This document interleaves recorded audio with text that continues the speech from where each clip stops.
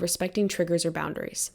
So a lot of the times we can be in a disagreement with our spouse and everything will be going okay. We're both calm, we're both level-headed until one of us pushes the other's buttons. We do something that we know is going to get under our spouse's skin, and we know those weak spots better than anyone else because we know our spouse better than anyone else.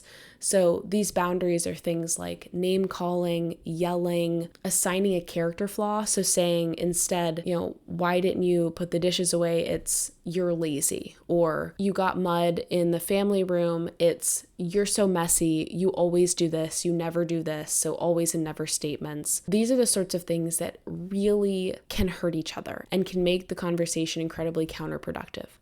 So the way to respect these boundaries, to avoid these triggers, it's actually super simple. You sit down together, you write out a list of the things that you are not going to touch, because as soon as one of you do either of those things, the conversation can't go forward anymore. It either spirals out of control, or you're both really angry, or you can no longer solve the problem together. You're going to write out these things, and one by one, you're going to practice cutting those out of your vocabulary. The most effective way to implement this skill is to give each other time and be patient while you develop it. It's just like any skill, it takes practice.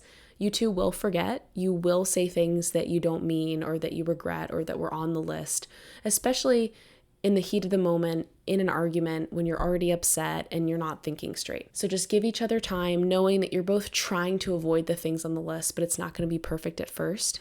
But going one by one, ranking the list from the biggest deal things to the smallest deals. So if being called a name is the worst thing to you, or if being yelled at is the worst thing to you, that would be at the top of your list, and saying, look, for the next 2 weeks, please just don't yell at me. Whatever happens, I can handle it as long as you're just not raising your voice or you're not calling me names.